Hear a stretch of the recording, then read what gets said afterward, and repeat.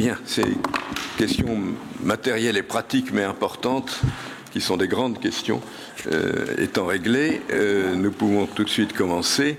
Je n'ai aucune raison de prendre encore la parole, vous m'avez suffisamment entendu. Je suis donc simplement l'horloge, la montre, et pas autre chose. Et sans plus tarder, je vais donc donner la parole au professeur Kolb. Je pense inutile de présenter les orateurs, ce sont tous des célébrités, vous les connaissez tous, et donc ils me permettront de...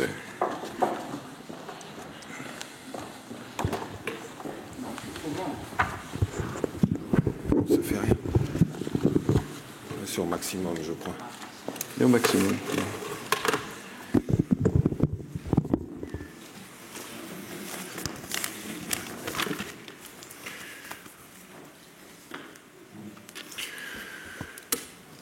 Excellences, Mesdames et Messieurs, je remercie tout d'abord l'Académie de l'insigne honneur qu'elle me fait de m'inviter à parler devant vous et de m'avoir placé hier avec beaucoup de doigté à la table Nikolaos Politis, faisant ainsi quelque part hommage à mes origines partiellement grecques. Et peut-être avec un petit clin d'œil, étant donné que Politis était aussi petit que je suis grand.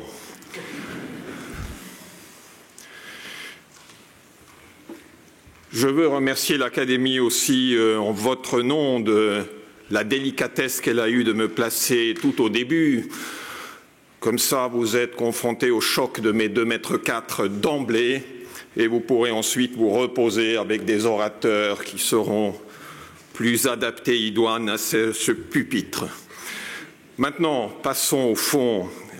Je ne vais pas essayer de crayonner des résumés de ce qui va suivre. Je pense que l'original vaut toujours mieux que la copie. En plus, pour ce qui concerne le droit international privé, mes compétences seraient insuffisantes. Ce que je souhaite faire dans les désormais 8 minutes et demie qui me restent, c'est partager avec vous 2 réflexions que je me suis faites un peu au vol en venant ici, précisément dans l'avion. J'aimerais faire une remarque historique tout d'abord et ensuite une remarque analytique. Quant à la remarque historique à propos de l'intérêt public, je note qu'au XIXe siècle, notre science était encore très disparate, en quelque part tirée à U et à dia. Si vous lisez les anciens manuels, vous voyez beaucoup de philologie, d'histoire, vous voyez des concepts guerre unifiés, vous voyez par exemple des statuts particuliers d'État discutés, le statut de Cracovie, le statut de telle ville libre, alors qu'au XXe siècle, nous avons l'habitude d'analyser l'État à travers les éléments constitutifs à la Georg Jelinek.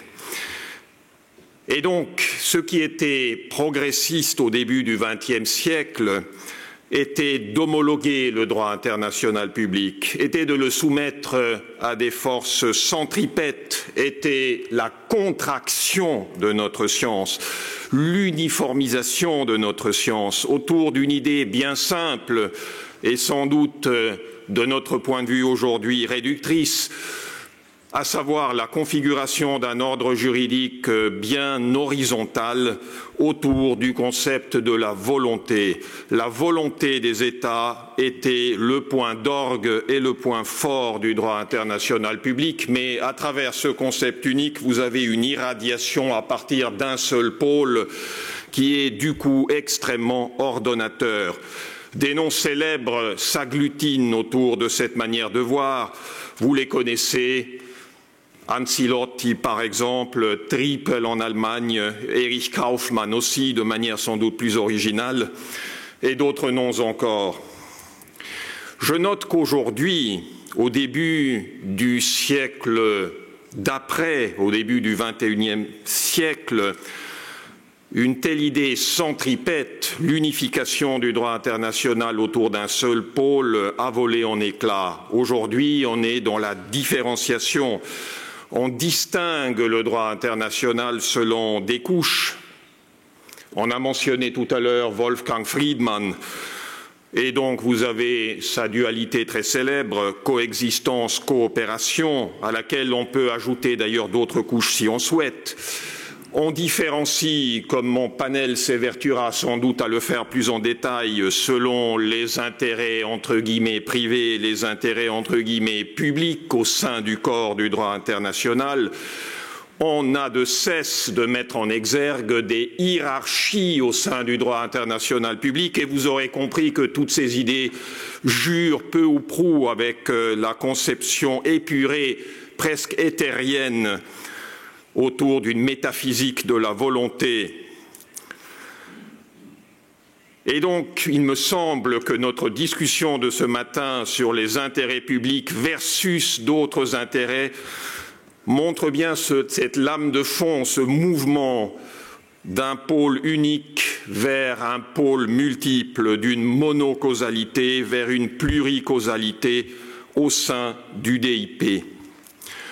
Voilà pour la remarque historique. Il me reste encore 5 minutes et je passe à la remarque plus conceptuelle ou plus analytique.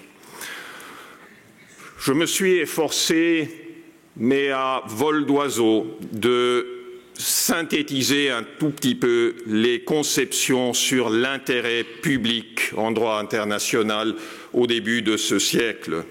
Et il me semble qu'en simplifiant et en forçant un peu le trait, on peut réduire cette conception à 3 branches.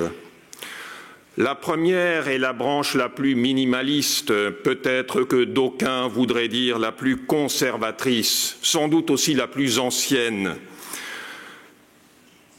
Dans cette école de pensée, on perçoit l'intérêt public de la société internationale dans l'existence et le développement du droit international en tant que tel.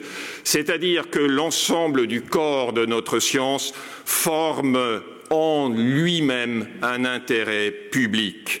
Car l'existence du droit, tout d'abord, est un gage d'ordre et donc un éperon contre l'anarchie. La règle est censée tempérer les excès égoïstes et individualistes de la souveraineté et donc le droit, d'une certaine façon, civilise et domestique la société. C'est en soi déjà une œuvre de civilisation et donc d'intérêt public. Quant à l'évolution du droit international qu'on appelait de ses vœux pendant tout le siècle dernier et encore aujourd'hui, partons du constat que le droit international était bien lacunaire et incertain dans ses fondations, notamment à l'époque où la Société des Nations et cette académie voyaient le jour, et donc augmenter la densification, augmenter la densité, densifier le droit international public était perçu comme un pas de géant dans la direction de plus d'ordre et de plus de justice. Vous avez ensuite une deuxième conception, plus retenue peut-être, mais déjà plus développée de l'intérêt public. Ce sont des positions analytiques diverses. Par exemple, on peut s'évertuer, si on veut, à redessiner l'ensemble du corps du droit international public sous le prisme de distinctions diverses. Alors, par exemple, sous le prisme d'une distinction droit public, droit privé, et analyser ainsi certains corps du droit international public, certains de ses aspects, certains de ses contenus, comme étant plutôt penchés vers les intérêts privés des États, c'est-à-dire les intérêts individuels de tel et tel État, de faire ce que bon lui semble, de donner une expression à sa liberté, à sa souveraineté, et d'autres branches du droit international comme davantage axées sur des intérêts collectifs ou communs de ce qu'on appelle parfois un peu rapidement la communauté internationale. Et ainsi donc, vous pourriez voir dans le droit des traités largement supplétif une branche qui sert souvent des intérêts privés, l'expression de volontés particulières, alors que toute une série de règles dans les organisations internationales vouées à la coopération entre États serait davantage l'expression d'un intérêt public. Enfin, et en troisième lieu, vous avez l'école de pensée la plus caractérisée et peut-être pourra-t-on dire la plus progressiste, qui s'est évertuée et qui a fait fond sur une élaboration toute particulière de l'intérêt public. Et c'est là l'école qui met en exergue l'ordre public international, qui presque de manière eschatologique dessine l'évolution du droit international dans le sens de sa hiérarchisation. Vous avez des personnages célèbres, en partie ici présents, des cours célèbres, des cours généraux célèbres comme celui de M. Carillo Salcedo ou alors de mon collègue Rüdiger Wolfeum qui vont dans cette direction. Et donc, on mettra en lumière les évolutions particulièrement saillantes dans ce domaine, le jus cogens, les obligations erga omnes, les anciens crimes internationaux à travers tous leurs avatars jusqu'aux articles 40-41 des articles sur la responsabilité des États, sans doute aussi l'action populaire ou l'action élargie des articles tels que l'article 48 des articles sur la responsabilité de l'État, ou alors encore le patrimoine commun de l'humanité, donc tout un corps de règles qui paraît très spécifiquement voué à la protection des intérêts communs. Et vous aurez donc compris que dans ma conceptualisation, on va du moins vers le plus, du moins caractérisé vers le plus spécifique, de l'existence d'un ordre juridique avec ses vertus plus ou moins bienfaisantes jusqu'à des instruments très précis de protection des intérêts publics. Je me suis permis de dépasser d'1 minute. Je vous remercie.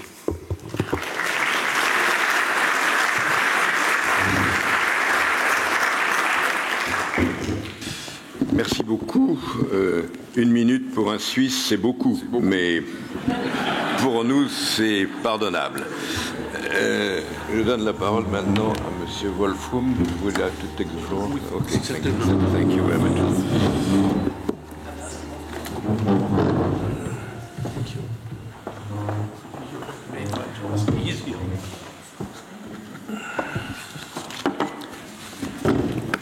Brillant comme toujours.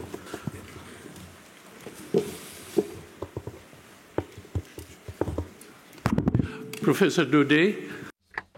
Professeur Daudet, Excellences, Mesdames et Messieurs, chers amis, les panels ou les interventions qui m'ont précédé me rendent la tâche plus aisée, notamment celle du professeur Cobb, ou me compliquent la tâche, comme celle du professeur Pelé. Alors que je l'écoutais, je me suis demandé si je ne devrais pas changer l'intégralité de ma présentation. C'était peut-être son intention. Mais je m'abstiendrai de procéder de cette façon. Alain s'est exprimé très clairement concernant la présentation actuelle et je l'ai mis tout en haut de ma présentation, la guerre en Ukraine. Mais j'aimerais ajouter également la guerre au Soudan. Cette dernière est rarement mentionnée. Pour quelle raison? Je l'ignore. Car elle est aussi dangereuse pour la population civile que dévastatrice, et dévastatrice que ce qui se passe en Ukraine. Alors vous penserez que c'est tendancieux de ma part, parce que, comme vous le savez, j'ai passé une vingtaine d'années au Soudan. Mais nous n'analysons pas correctement les raisons de ces guerres. En Ukraine, nous savons ce qui s'y passe. Nous savons que c'est une agression contre l'Ukraine et une violation très nette du droit international. Dans le cas du Soudan, la situation est différente. Mais la question est la suivante. Quand on garantit la conformité ou le respect du droit, est-ce que c'est lié à ces guerres? Et les instruments du droit international en ce sens ne sont pas suffisants, ou en tout cas ne sont pas suffisamment spécifiques pour pouvoir faire face à cette situation à ces situations de guerre qui auraient dû être abolies par la Charte des Nations Unies.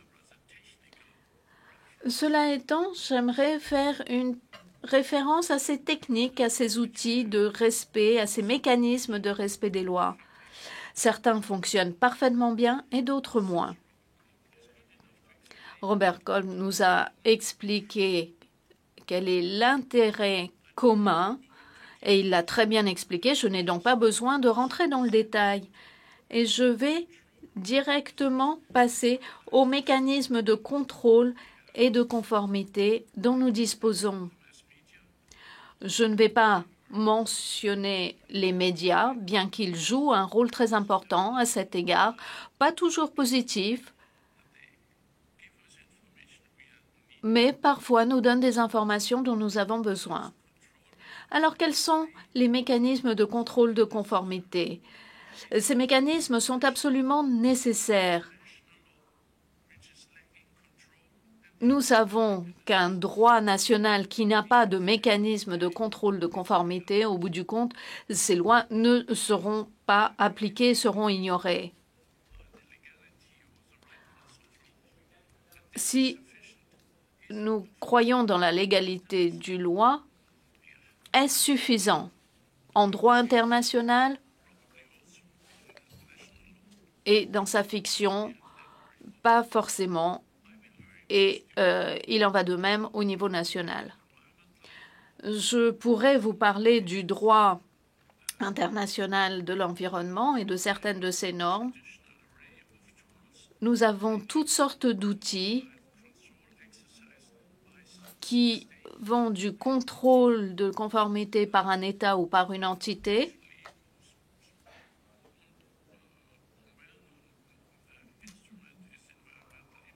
notamment l'évaluation d'impact sur l'environnement et l'Agence internationale de l'énergie atomique a développé un nouvel outil qu'on connaît peu, c'est-à-dire le plan de développement environnemental que le demandeur doit soumettre lors d'une demande de licence d'exploitation minière des fonds marins. C'est un engagement volontaire. Ça nous démontre une nouvelle tendance depuis l'accord de Paris, à savoir l'engagement propre. Ça n'est que si vous fixez vos cibles nationales, c'est-à-dire chaque État fixe ses cibles nationales, que cela s'inscrit dans la loi. Outre ceci, nous avons un système traditionnel, à savoir celui d'établissement de rapports que l'on connaît dans le cadre des traités des droits de l'homme. C'est un système qui a été critiqué par certains, mais s'il est bien mis en œuvre, il s'agit d'un dialogue entre l'instance du traité et les gouvernements signataires. Et ces rapports font l'objet de débats au Parlement. Et dans ce cas, ce système d'établissement de rapports est bien meilleur que ne le prétendent certains de ces critiques, de ces détracteurs. Une recherche de l'Agence de l'énergie atomique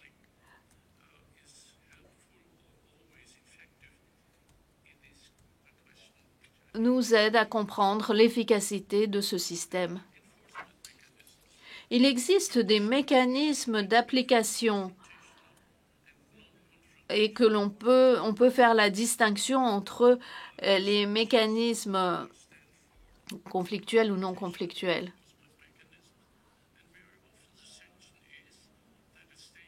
Très souvent, on nous dit que les États peuvent perdre leurs privilèges, les privilèges conférés par un traité, par exemple les traités de droits de l'homme ou la Convention européenne des droits de l'homme.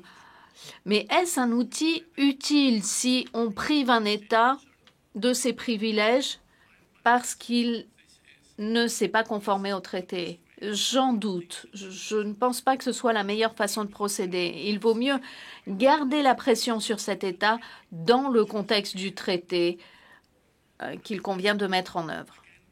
Une autre mesure, et là je reviens au droit de l'environnement, ce sont les sanctions économiques et commerciales. Certains traités prévoient ce genre de sanctions, tels que le protocole de Montréal. D'autres pas. Et là, j'en viens à une faiblesse. Les États, unilatéralement, parfois imposent leurs droits à d'autres États, pensant que c'est la norme internationale. Et c'est une question à laquelle il conviendrait de réfléchir un peu plus. Est-ce vraiment la bonne voie à suivre? L'organe de suivi du pacte international relatif aux droits économiques, sociaux et culturels, par exemple, a critiqué les sanctions contre l'Irak de Saddam Hussein. Je ne vais pas m'exprimer sur les sanctions ciblées, car on a beaucoup écrit à ce sujet. Je préférerais me pencher sur une autre question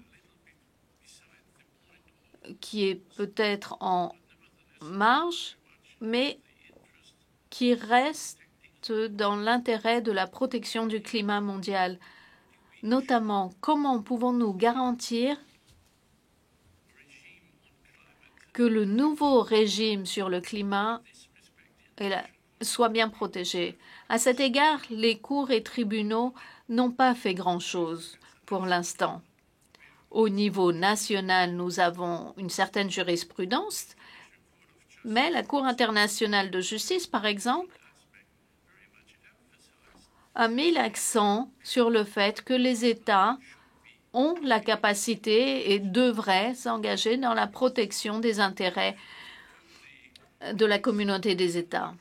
Et notamment dans l'affaire Gambie contre Myanmar. Je sais que tout le monde ici ne sera pas d'accord avec le raisonnement de la Cour internationale de justice, mais je pense que la conclusion de cette affaire et le jugement, l'ordonnance du jugement avec lequel je suis d'accord, même si on aurait pu peut-être améliorer le raisonnement, notamment Robert Kolb a parlé de l'article 48, des articles de la Commission du droit international, qui aurait pu permettre d'améliorer un peu le jugement. Ce qui m'amène à la question de savoir que peuvent faire les juridictions nationales et internationales dans la lutte contre les changements climatiques. Mais on pourrait poser la même question dans le cas des pandémies.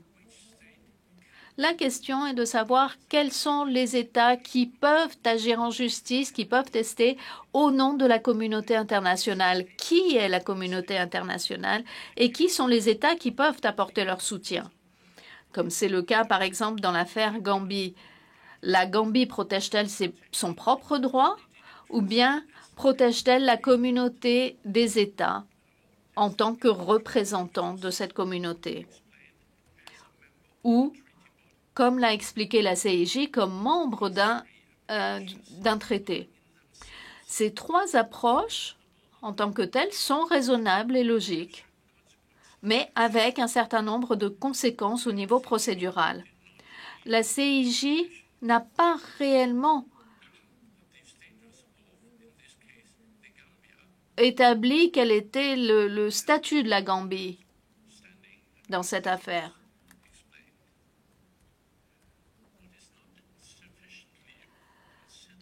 Et ce qu'on n'a pas examiné suffisamment, ce sont les problèmes auxquels font face les tribunaux nationaux. Par exemple, est-il possible qu'un groupe d'individus puisse revendiquer qu'une certaine entité, et dans le cas d'espèce, je vais parler de la communauté européenne,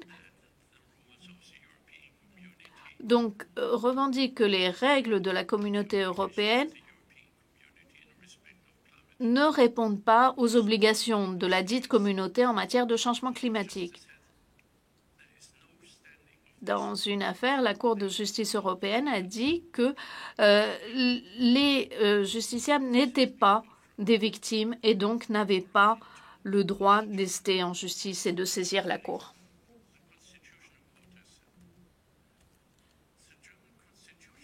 La Cour constitutionnelle allemande a fait face quasiment à la même situation d'un point de vue factuel et a estimé que le groupe en question avait le droit de se porter en justice. Pourquoi? Eh bien, comme on nous l'a expliqué,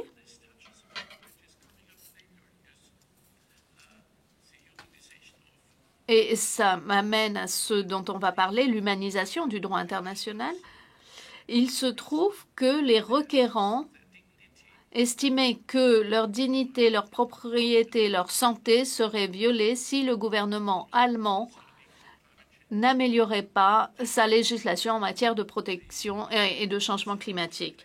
Et donc, ces règles ont été considérées comme violant la Constitution allemande.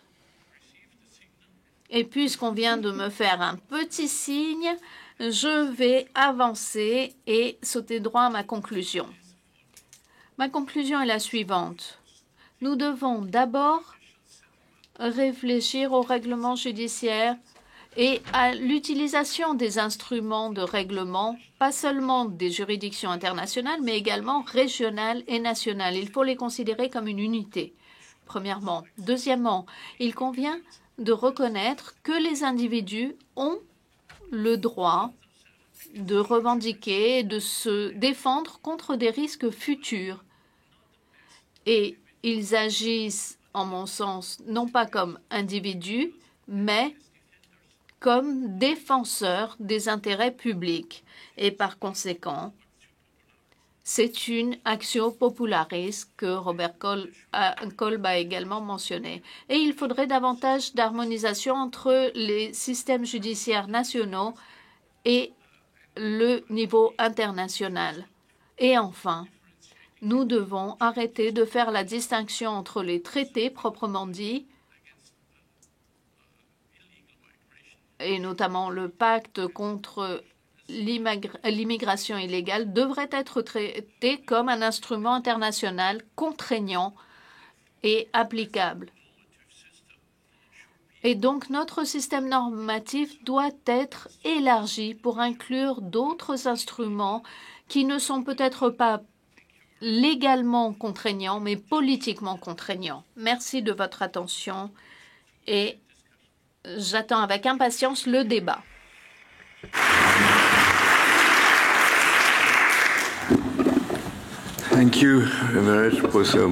Merci beaucoup, professeur Wolfram. Je voudrais m'excuser, j'ai mal tenu mon rôle. Alors, est-ce que j'ai joué le rôle de modérateur? Je n'en suis pas convaincu. Monsieur, vous avez la parole. Merci beaucoup, Président Dodo.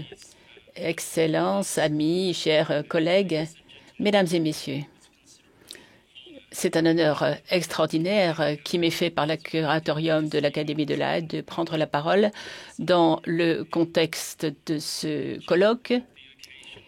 Cette occasion est importante. On sait que le sujet qui a été confié à ce panel est d'une importance primordiale. Je suis extrêmement reconnaissant aux organisateurs de ce panel, ou des panels de la matinée, parce que je suis encore sous le coup d'un du jet lag qui va sans doute s'estomper au fil des heures. Question, professeur Touvenin. Lorsqu'on m'a proposé ou j'ai proposé mon sujet, je me suis dit, mais non, c'est pas possible, c'est une erreur, puisque les institutions de droit international public, il m'est apparu que le champ était limité. Je pense qu'il voulait parler du droit international public, et donc, ce qui, bien sûr, empiète sur les propos que va tenir le professeur Nishitani, l'intérêt public et le droit international privé. Mais plus je me suis penchée sur les documents que j'avais à ma disposition, plus j'ai vu pourquoi on m'a demandé de vous faire une présentation sur ce sujet. Ma tâche est désormais encore difficile. Il faut que je raccourcisse un discours que j'aurais préféré être plus long, contraint que je suis par le temps. Tout d'abord, le sujet, la relation entre l'intérêt public et le droit des organisations internationales, ou ce qu'on appelle fréquemment le droit des institutions internationales, le droit institutionnel. Apparemment, c'est quelque chose qui n'intéresse pas beaucoup.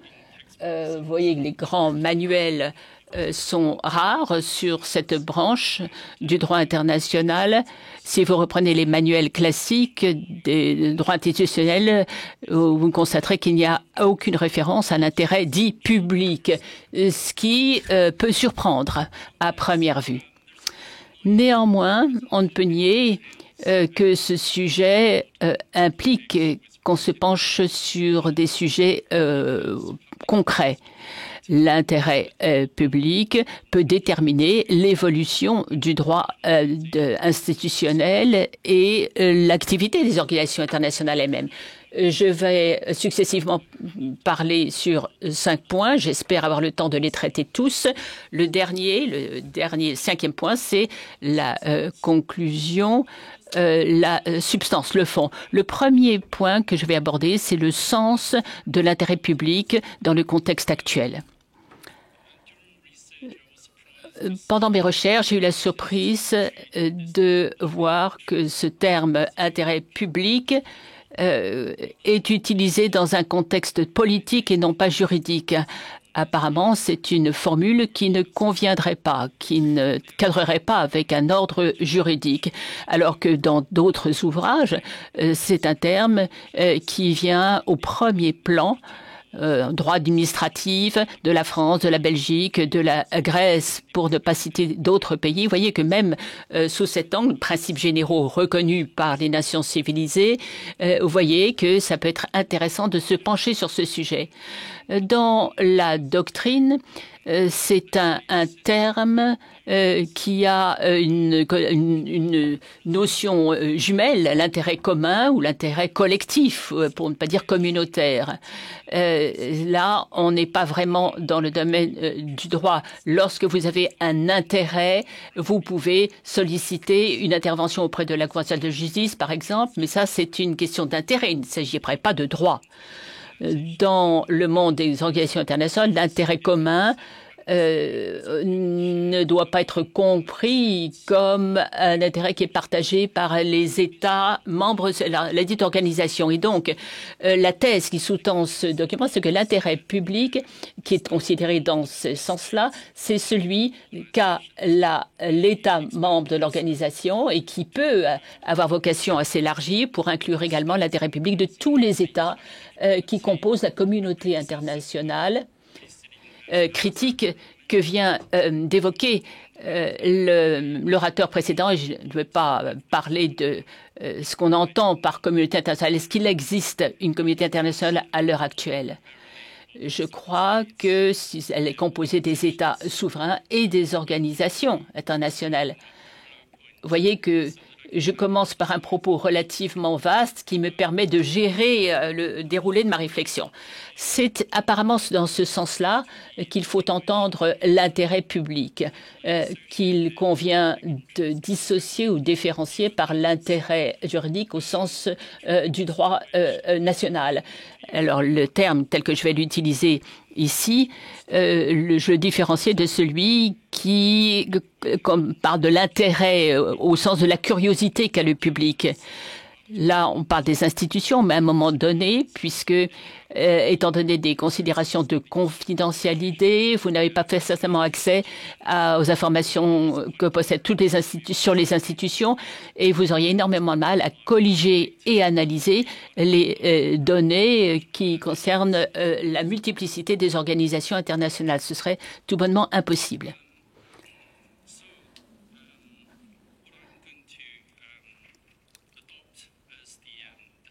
Et donc, l'intérêt public, entre guillemets, je le définis ainsi. L'intérêt commun celui qui est généré et qui protège les institutions internationales qui se sont frayés un chemin dans les textes des traités et des organisations internationales. Vous voyez que là, c'est l'intérêt public au sens conventionnel du terme. C'est ça qui est au cœur de ce texte. Mais avant de l'utiliser, ce terme, je reconnais qu'il y a dans mes connaissances un certain nombre de lacunes à ce propos et je vais m'efforcer d'éviter ce risque.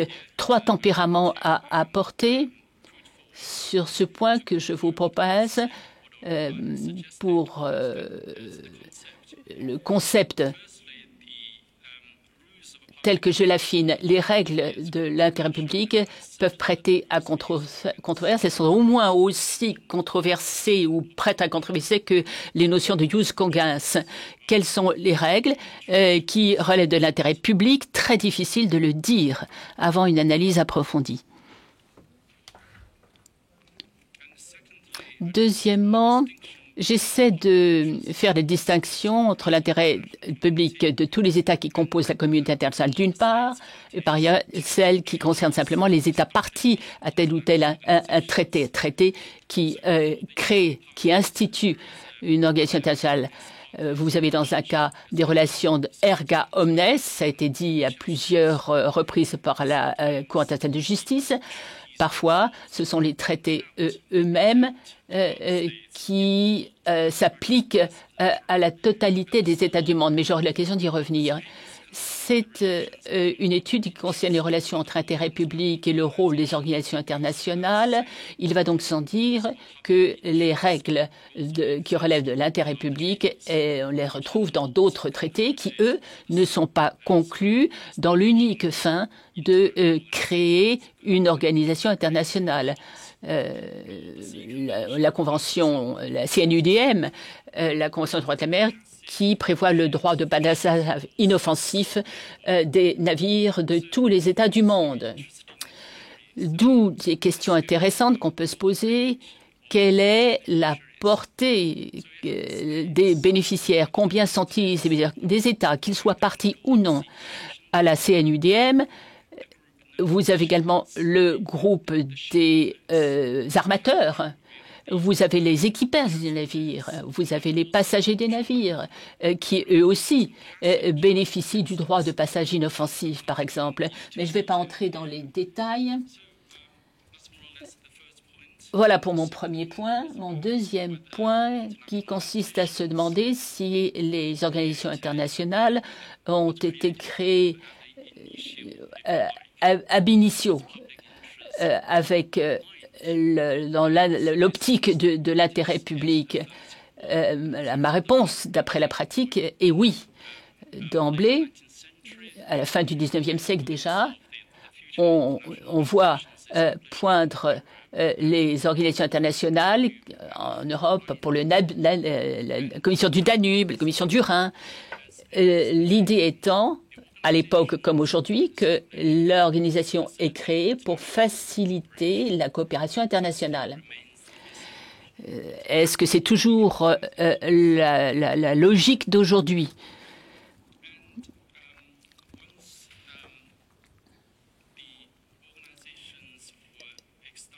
Dès lors qu'une organisation est créée, elle va être dans l'obligation.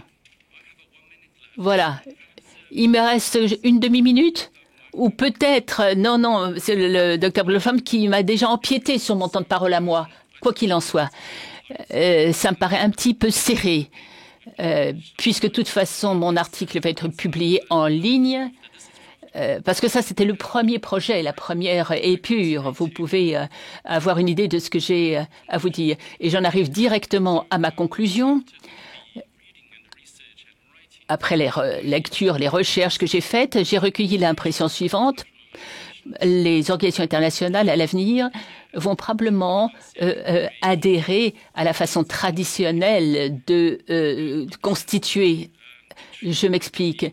Il va y avoir un ancrage dans un traité, ce qui ne veut dire que je ne vois rien qui doive être modifié radicalement, parce que l'ordre international, c'est le seul ordre qu'on puisse qualifier.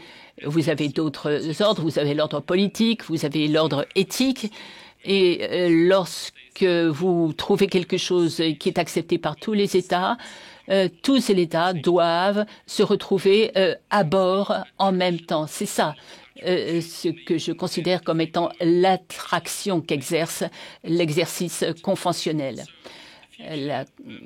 À l'avenir, les organisations internationales vont continuer cet exercice conventionnel, créer des traités. Alors peut-être que nous verrons plus clairement, les contours de ce concept. Faute de temps, malheureusement, il ne me reste plus que 2 secondes. Il me reste tout simplement à vous remercier.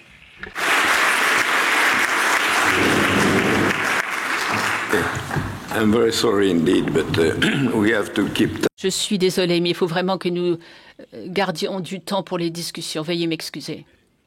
C'est la règle du jeu. The floor, Professor Nishitani. I would like to indicate that. Je donne la parole à Madame Nishita, qui est la nouvelle vice-présidente du curatorium. Elle a été élue hier. Merci beaucoup. Excellences, Mesdames et Messieurs, c'est un plaisir pour moi que d'être parmi vous. Mon thème est l'intérêt public en droit international privé. Le système westphalien et ses principes sont une scission entre le public et le privé. Le droit public international est basé sur le consentement des États et la souveraineté. Le droit privé international est à la croisée des chemins entre les relations entre les États et d'autres instances. Et ceci est en train de changer. Nous vivons dans une société de plus en plus interconnectée. Et la souveraineté s'érode. Les fonctions de l'État sont reprises par des organisations internationales, des ONG et d'autres acteurs. Les sources juridiques se multiplient et la scission entre le public et le privé commence à s'effacer.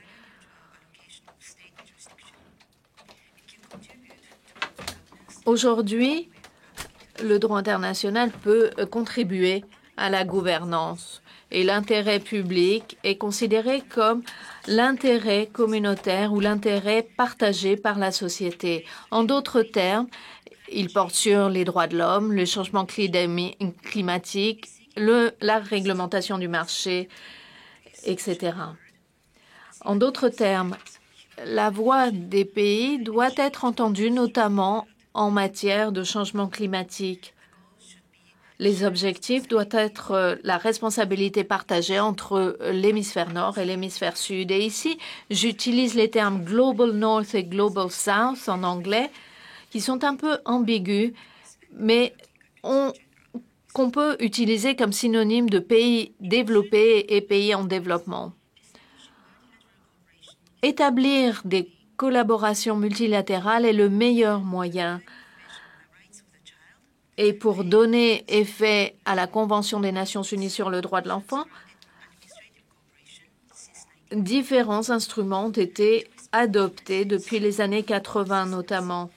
Et pour respecter les différences entre les systèmes juridiques, cette convention relie les États par le biais de coopération.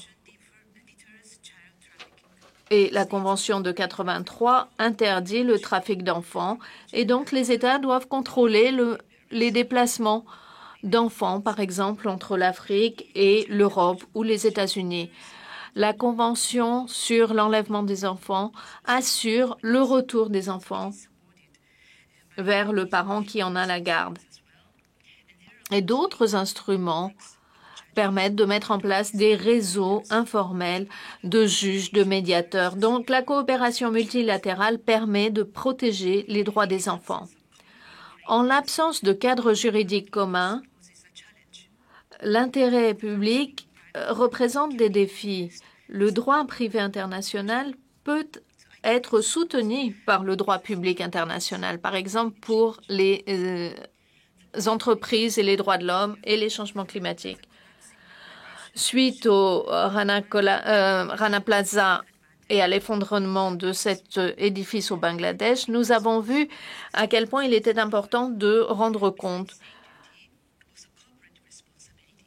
et d'obliger les entreprises à respecter les droits de l'homme également. Et les pays occidentaux ont transposé ceci dans leurs différentes législations qui rendent responsables les multinationales à l'ensemble de la chaîne, comprenant tous leurs fournisseurs dans les pays en développement.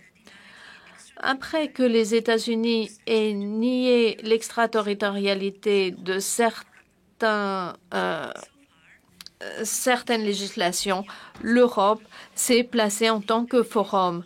Et jusqu'à présent, certains pays tels que le Nigeria ont pu se porter en justice au Royaume-Uni ou aux Pays-Bas. En fonction du pays, les tribunaux de l'hémisphère sud pourraient également intervenir.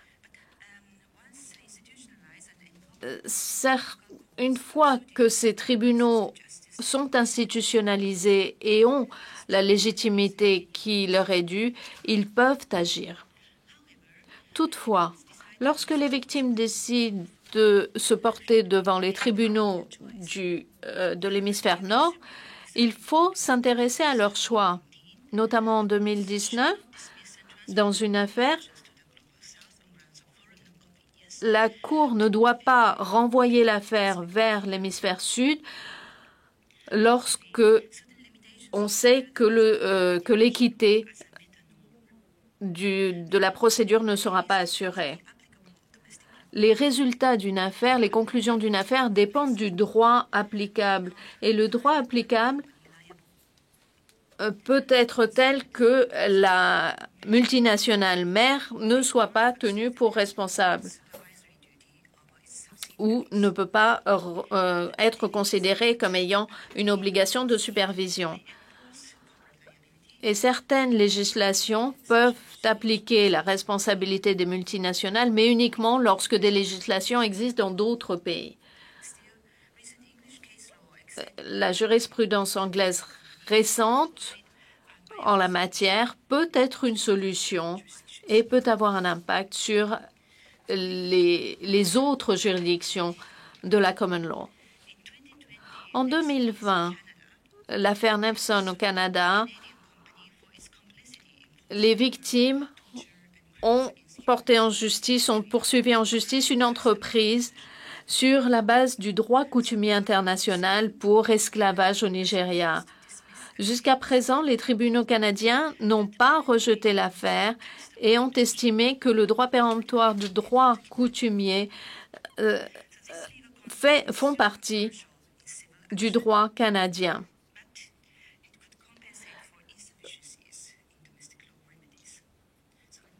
Donc, nous avons donc une nouvelle forme d'interaction entre le droit privé et public international. To combat climate change, many international instruments have been adopted already. En matière de changement climatique, des adaptations ont déjà eu lieu. Le multilatéralisme se heurte toutefois à des obstacles. Donc, les procédures entamées par des individus ou groupes d'individus peuvent mener à des résultats. En liant les droits de l'homme au changement climatique, on peut requérir une action de la part des gouvernements. Ça a été le cas aux Pays-Bas, en Allemagne, au Pakistan, en Nouvelle-Zélande. Qu'en est-il des obligations des entreprises? On peut poursuivre en justice des entreprises polluantes, notamment en droit civil. L'émission de gaz à effet de serre est légitime aujourd'hui, mais peut mener à des actions en justice. La décision de La Haye de 2021 est remarquable à cet égard. En appliquant le droit néerlandais, la Cour a ordonné à Shell de réduire ses émissions de 25% par rapport à 2019, et ce, à l'horizon 2030. Cette décision, nous pouvons nous en féliciter. Toutefois, elle laisse un certain nombre de questions en suspens, telles que les obligations de Shell en matière d'atténuation et quel est le champ d'application au niveau mondial. Elle laisse en suspens également la question de la causalité. Une autre affaire pendante en Allemagne où une entreprise allemande est poursuivie en justice pour 17 millions d'euros, ce qui représente 0,07% du coût pour éviter qu'un lac n'inonde un village au Pérou. Cette procédure est basée sur les droits de propriété des victimes. Et d'un point de vue juridique, il faut encore prouver le lien de causalité au titre du droit péruvien ou allemand. Pourtant, les mécanismes d'application privée peuvent être améliorés grâce à l'élaboration du droit international et notamment grâce aux opinions consultatives de la CIJ et du tribunal de la mer. Et j'en viens à mon dernier point. En l'absence de cadre international, la réglementation unilatérale pourrait s'avérer utile. Il y a une augmentation des mesures extraterritoriales. Des exemples incluent les lois contre les trusts, la criminalité organisée et les limitations d'importation et d'exportation. Contrairement à la libéralisation de l'après-guerre froide, la pandémie a vu la réémergence des États souverains. Et en général, dans l'Union européenne, les États-Unis, nous avons des marchés qui fonctionnent bien, mais les pays d'Afrique et d'Asie régulièrement font face à des chutes du marché et ne peuvent pas réglementer ces marchés. L'extraterritorialité de normes telles que le RGDP représente une charge insupportable pour un certain nombre de pays en développement. Et le déséquilibre juridique entre ces pays doit être corrigé.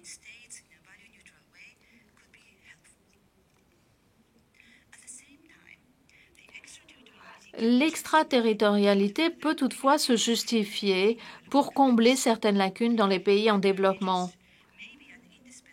Des mesures peuvent s'avérer être des mesures indispensables pour le processus transnational et ce dans l'intérêt public. Désolée de vous interrompre, Madame Nishita. Pourriez-vous conclure, s'il vous plaît? Peut-on vous demander de conclure, s'il vous plaît? Une fois que les pays en développement ont établi leur propre cadre pour se joindre au marché international, les pays développés ne devraient plus intervenir. Et donc, il faut qu'il y ait une responsabilité partagée entre les deux hémisphères.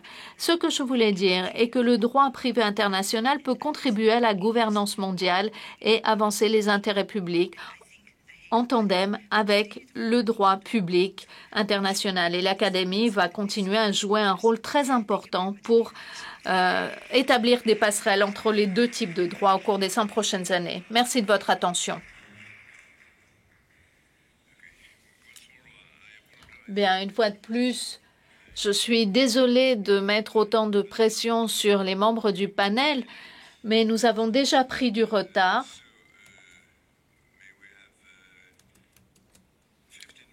Donc, il nous reste une quinzaine de minutes. Il va donc peut-être falloir réduire la pause café. On va faire circuler un micro. Madame.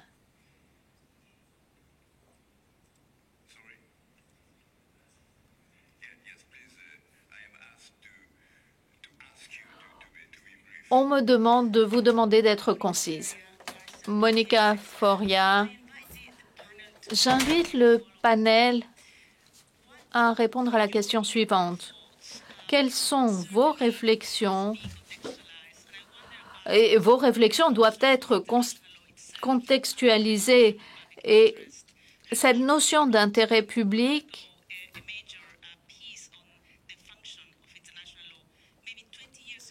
a fait l'objet de débats il y a déjà plusieurs années, mais il y a 20 ans, personne ne pensait que le droit des droits de l'homme et le droit humanitaire seraient essentiels pour la protection de la dignité. Et en droit international, a-t-on cette notion de droit international comme idée, comme concept de progrès? Ou bien peut-on adopter une voie ou une autre sans faire de lien entre les deux? Merci. Nous allons prendre 2 ou 3 questions avant d'avoir des réponses.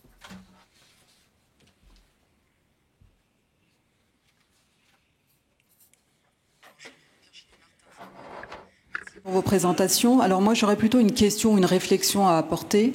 Et j'aimerais bien avoir vos points de vue. Donc on voit que la notion une question, s'il vous plaît, d'ordre international est encore assez floue, notamment par rapport à certains nouveaux challenges apportés par les nouvelles technologies, où traditionnellement ils ne rentraient pas dans la définition de l'ordre public international, que ce soit l'Internet, mais également des fois des câbles sous-marins en haute mer.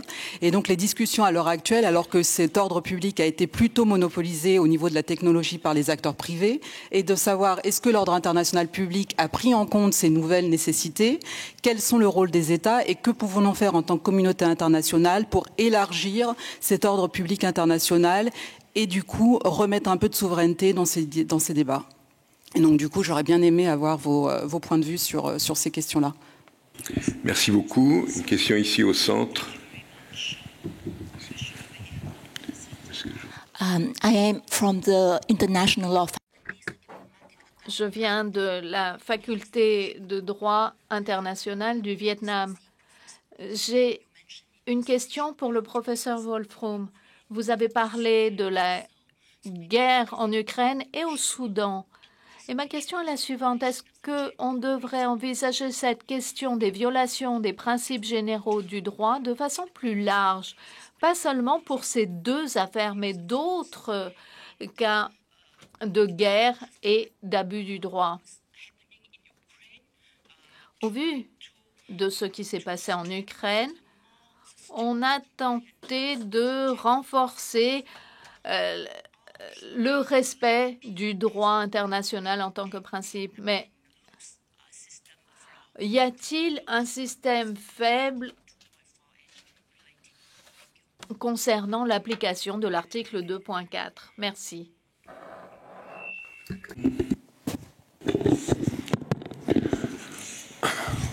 Peut-être de manière relativement brève, je vois un point commun entre vos 2 questions. Il me semble qu'on peut dire qu'il n'y a rien d'inhérent dans l'intérêt public ou dans le droit public. C'est une notion parfaitement évolutive. Je vous donne un exemple. Pendant tout un temps, dans le passé, on considérait que la progression de l'humanité dans des espaces relativement peu exploités encore et dont on considérait les ressources inépuisables était un intérêt à la fois privé et public. L'extension de l'humanité, la pêche, la conquête de nouveaux continents.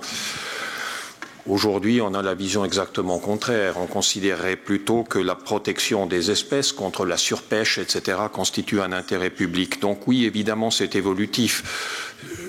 Même chose, je pense, pour vous.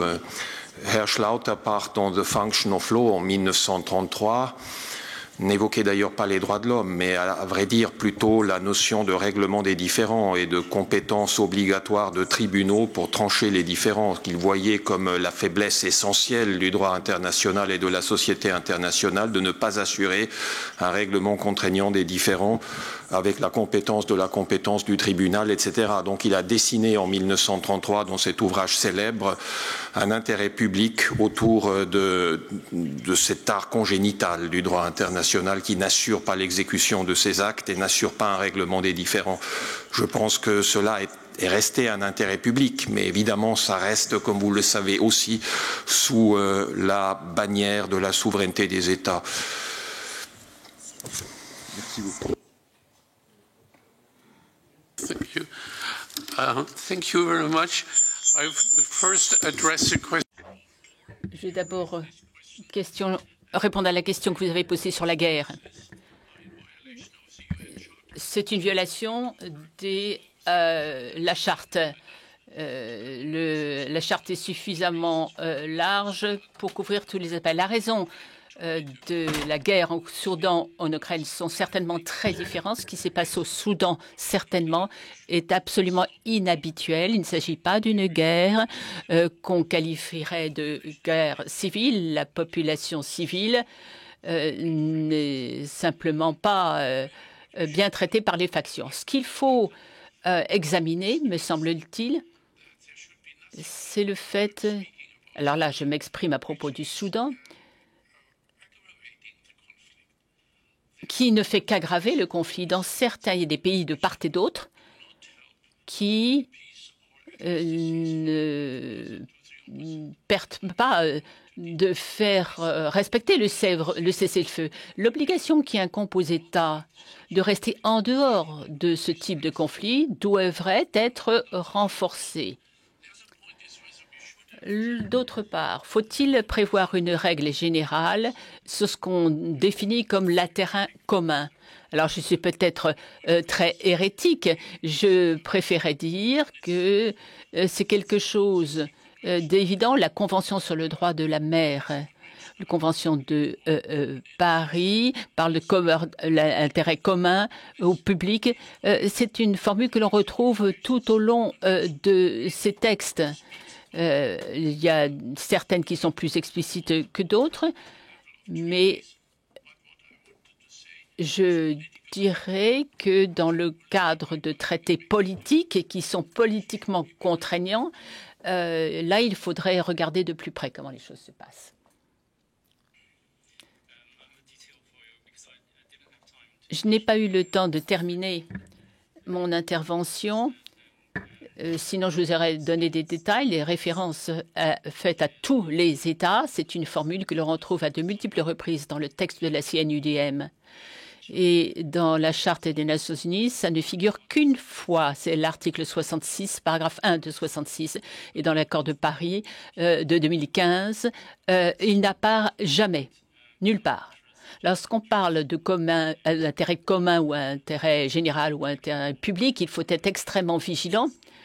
Nous n'en sommes probablement qu'au tout début de la formation de cette notion qui n'est pas encore consacrée, qui n'a pas, c'est pas universellement accepté.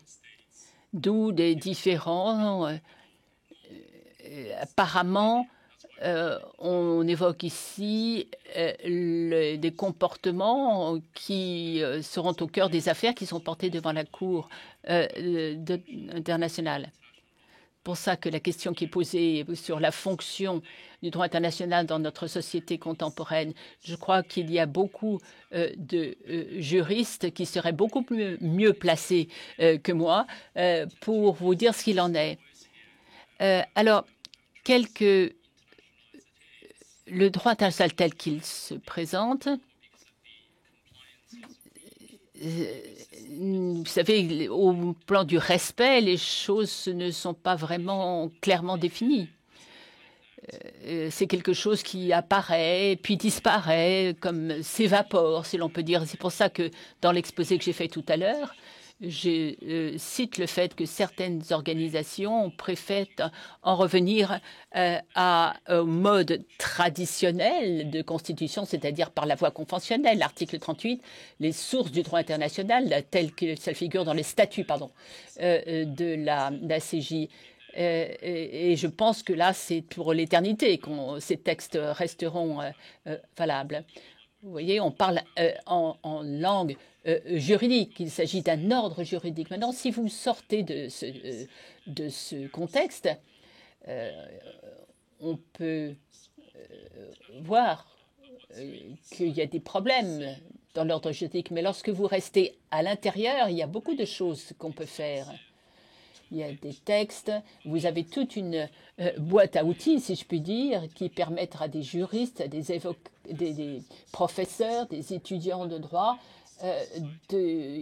d'utiliser tous ces instruments, tous ces outils. Donc, ça n'est pas du tout un point de vue pessimiste qui est le mien, pas du tout.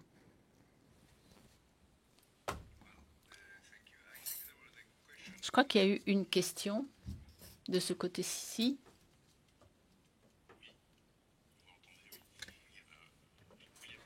Ambassadeur de la Belgique auprès des organisations internationales ici à La Haye.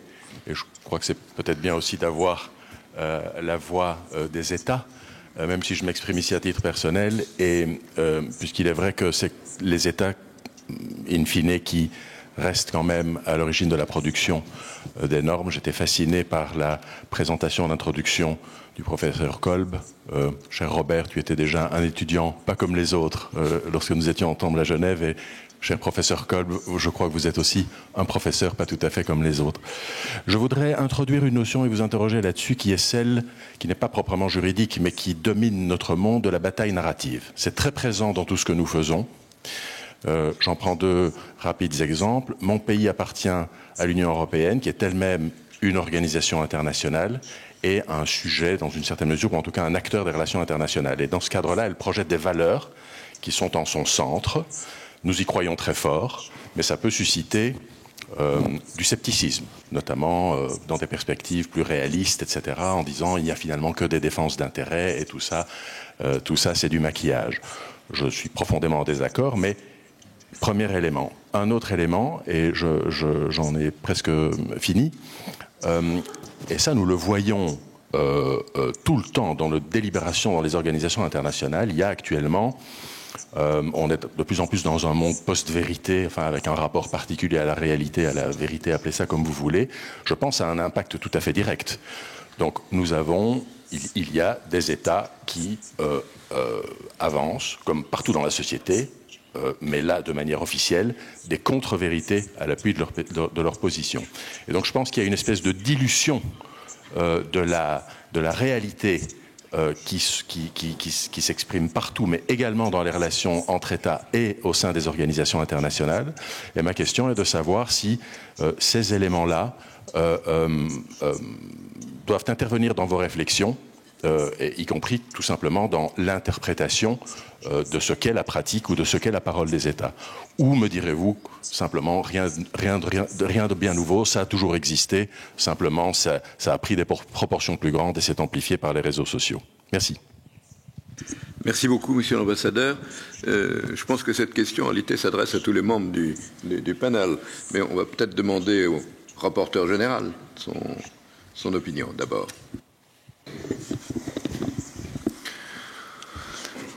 Je crois que vous avez raison, mais en réalité, ce que vous dites n'est que l'image de l'humanité elle-même, c'est-à-dire de la tour de Babel. Les formes que prennent les tours de Babel changent dans le temps, puisque vous avez mentionné à juste titre les réseaux sociaux. Il est évident que ces réseaux n'existaient pas avant et qu'on ne pouvait pas les utiliser pour pratiquer certaines choses. Donc oui, la narration change en fonction des convictions personnelles et surtout des intérêts aussi qu'on peut défendre à un moment donné. Que cela impacte le droit international, comme on dit dans un français postmoderne, oui, sans aucun doute.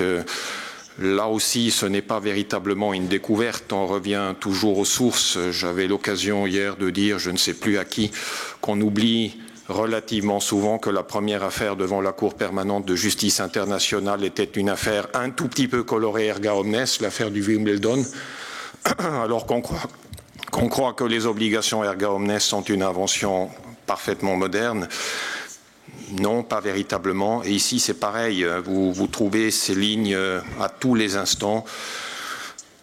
Prenez aussi Guy de la Charrière, la politique juridique extérieure des États, où vous avez le morcellement du droit international à travers les prismes nationaux et les intérêts des différents États. Je pense que les juges pourraient aussi vous en dire beaucoup. Ils sont aux prises avec cela tout le temps, ne fût-ce qu'à travers des plaidoiries contraires, situées, parfois difficiles d'ailleurs. On doit plaider parfois des choses qui sont à la limite de ce qu'on peut soutenir.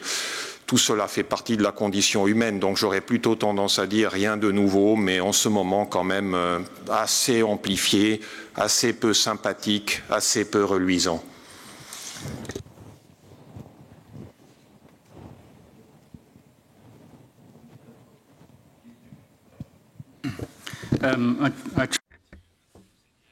Je vais ajouter quelque chose parce que dans ma conclusion, j'ai sauté un des points. Les organisations internationales reposent sur des traités internationaux. Ça, c'est la façon ancienne. Mais peut-être que les raisons, les motifs ont peut-être changé, ne sont plus les mêmes qu'au XIXe siècle.